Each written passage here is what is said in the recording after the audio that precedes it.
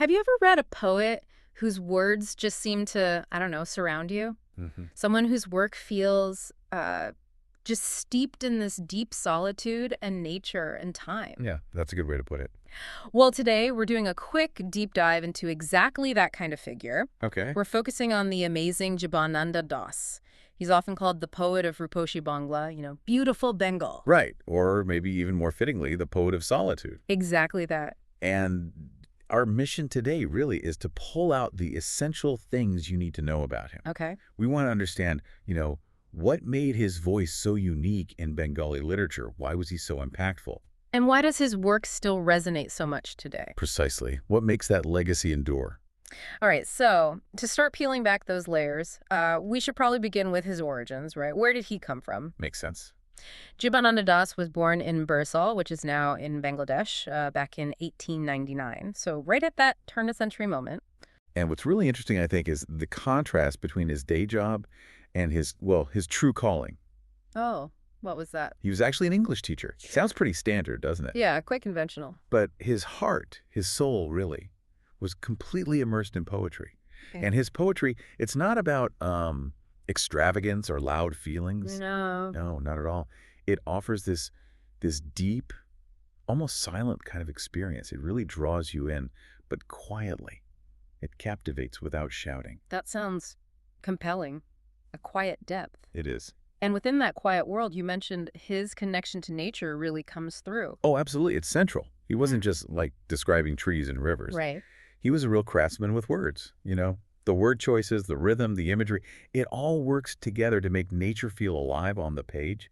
It really transports you. So nature wasn't just a backdrop for him. Not at all. It was more like an extension of his inner world, a place where feelings like solitude or the sense of time passing are kind of reflected back.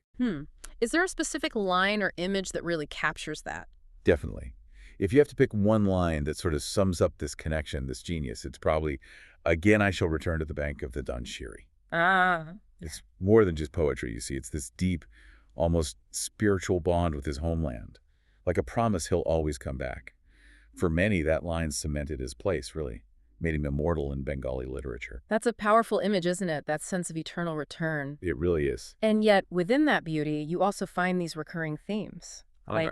like time decaying, thoughts about death, and this quite profound loneliness. You do, yes. Those themes are definitely present.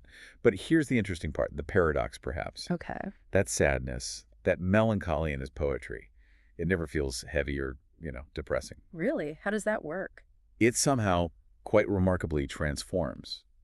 It creates a kind of beauty all its own. So the key insight, I think, is that for Das, melancholy wasn't like a dead end. It was more like a different way of seeing things, a lens maybe. A lens offering a richer perspective. Exactly. A richer, maybe even deeper view of life. He helps you find beauty where you might not usually look for it. That's a really fascinating idea, beauty emerging from melancholy. And thinking about those deep themes, it sort of leads us naturally to one of his most famous poems, doesn't it? Banalata Sin. Ah, yes. Banalata Sin, definitely a masterpiece, a cornerstone of his work. What's the heart of that poem? Well, its essence, I think, is captured brilliantly in that line. For 1,000 years, I have walked the path of the earth. Wow, 1,000 years. It's often described as like the autobiography of someone traveling beyond ordinary time. Okay. And what makes it hit home for so many people, even now, is that feeling. It captures anyone who feels like they're on a long journey through life, searching for something, seeking connection. Yeah. It speaks to that. That universal feeling of searching. I see. Yeah. And there's another major work, the Ruposhi Bangla collection. That one has an interesting story too, right? It does. It's amazing, actually. It was published after his death.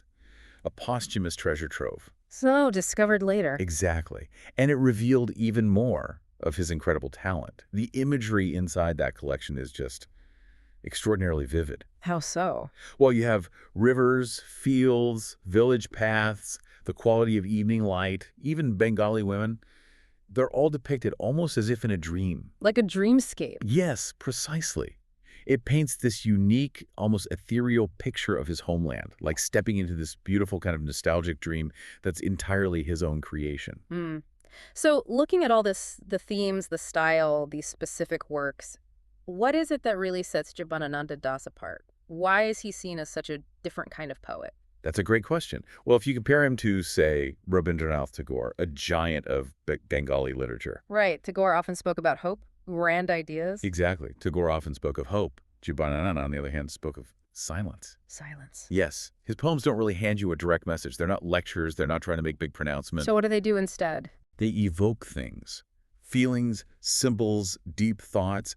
They kind of invite you to bring your own interpretation, your own emotional response to the table.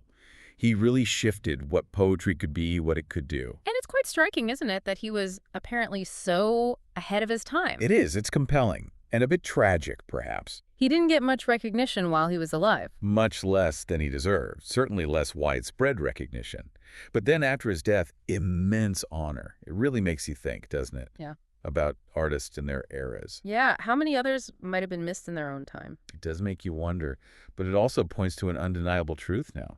Which is? Modern Bengali poetry. Well, it's simply unimaginable without him, without his contributions. He didn't just add to the tradition, he fundamentally reshaped it. He brought in a whole new way of feeling and seeing. A completely new sensibility. Exactly. So if we were to boil it all down, what's the core takeaway from Jibanananda Das? I think the core lesson, the profound idea he leaves us with is this. Silence itself can be poetry.